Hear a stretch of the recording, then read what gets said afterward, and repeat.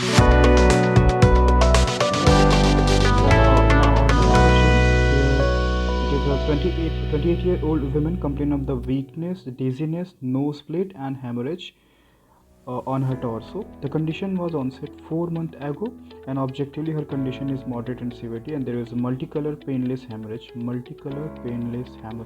of 1 to 2 centimeter in size on her back and abdomen. The peripheral lymph nodes were not enlarged, and liver, spleen, they are normal. Spleen is, somehow there's some positive. HB, erythrocytes, color index, reticulocytes, serum iron, and leukocytes, eosinophils, basophils, plant neutrophils, segmented neutrophils, and these all things, including here platelet, ESR. What is most likely diagnosis? Okay, so if you look at the question, so from the very beginning, you can make it very clear that in the previous question I have told you normal values, and if you compare with the normal values, what you will find out that there is all other parameters are normal, only platelet. What are the normal range of platelet? Normal range of platelet is lie between here, you can see it is 150 to 400, so it is less. So normal is 150 to 400. ESR should be less than 50 mm per hour. So you can make a conclusion that platelet is decreased and ESR is increased. Now this is the just peripheral blood smear analysis which I have explained the previous question. But to going through the all of them, just only the CBC parameter like complete blood count, how you can get the answer. Look at the peripheral smear again. Only that there is HB is normal, erythrocyte is normal, color index and serum iron, these things are normal. So it is not a case of anemia. It is neither in case of anemia. Now, chronic lymphocytic leukemia, as I have told you, there should be increment in the WBC, white blood cells, and the white blood cells are in the normal range, so it is not even leukemia. You got your answer, that it is the thrombocytic. Now, to get the more confirmation, just the clinical feature, here there is a petechiae formation, hemorrhage of 1 to 2 centimeter in size, and there is a hemorrhage on her torso as well. So it says that it is a platelet disorder. Okay, so the answer is here platelet disorder, idiopathic thrombocytic purpura. So now I just want to tell you that what are the different type of platelet disorders.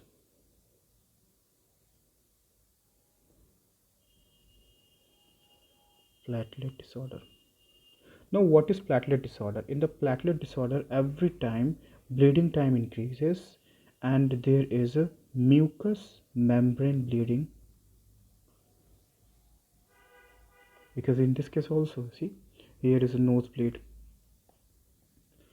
And third important thing is there is microhemorrhage.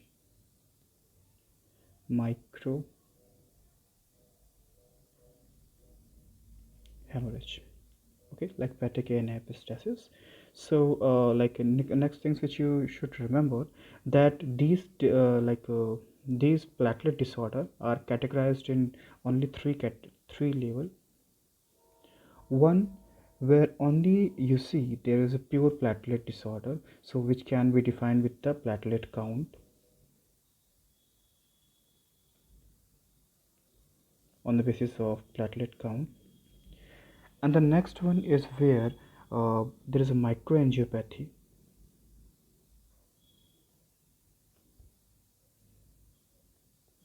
And the third one is when there is platelet count and bleeding disorder, bleeding time, both are increased. Both are involved.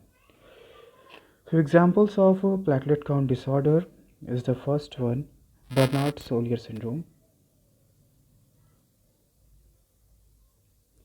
Bernard-Soulier syndrome, where the platelet count decrease, but it is an autosomal recessive defect. So just you have to remember it is autosomal recessive defect. So what is the key point here?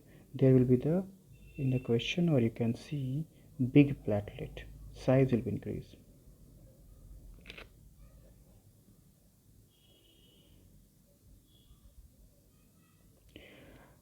that is the Bernard-Solier syndrome. And the next one is here, that which is known as Glanzmann thrombosthenia.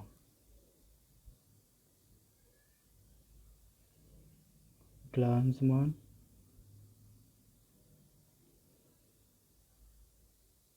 thrombosthenia. Here platelet count again, it is not that much affected, but it is autosomal recessive defect, and here blood smear shows no platelet clumping. So there is no clumping. Usually it is clumped on. Now third one is immune thrombocytopenia.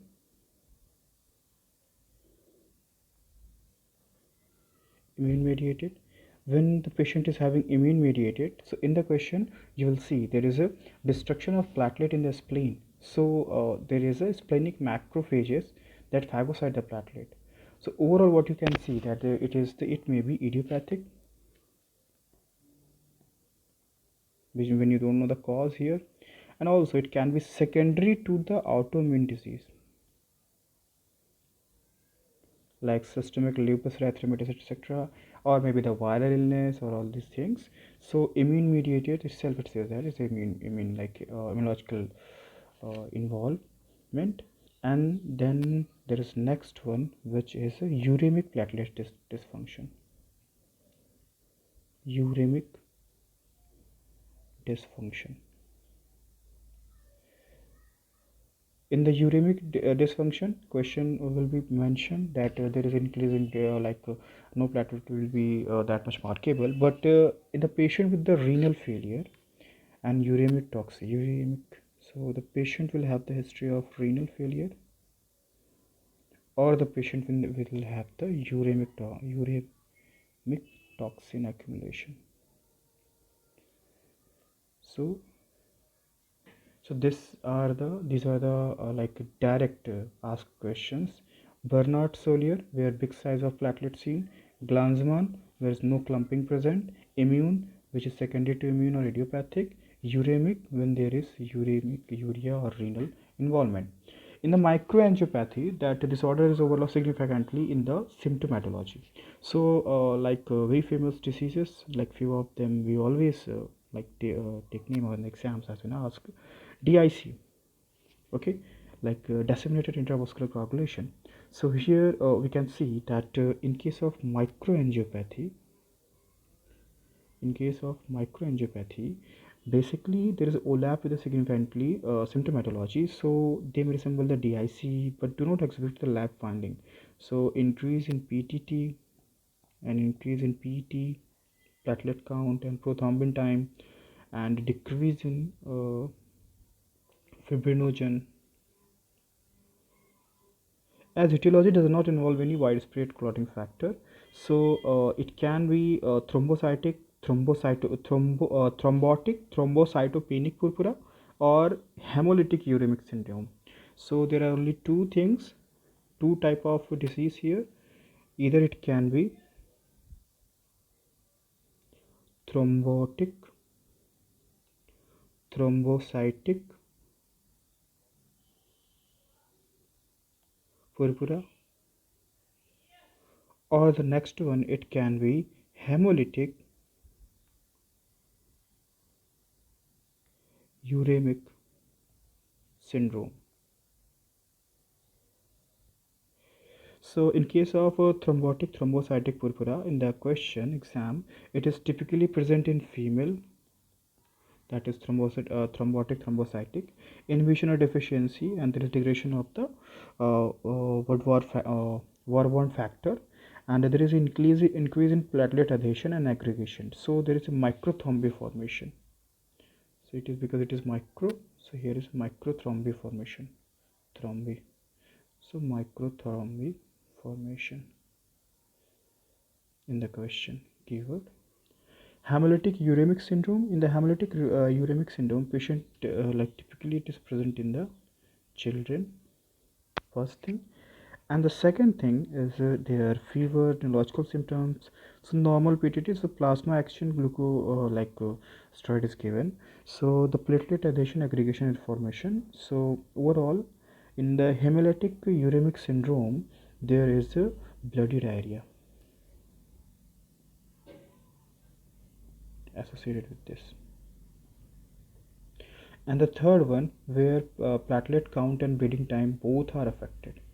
So when platelet count and platelet count and bleeding time both are affected, the first one very famous, von Willebrand disease.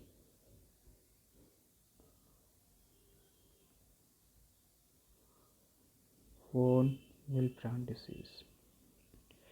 In the exam, the question include von Willebrand disease, that bleeding time will be increased and there will be the intrinsic pathway.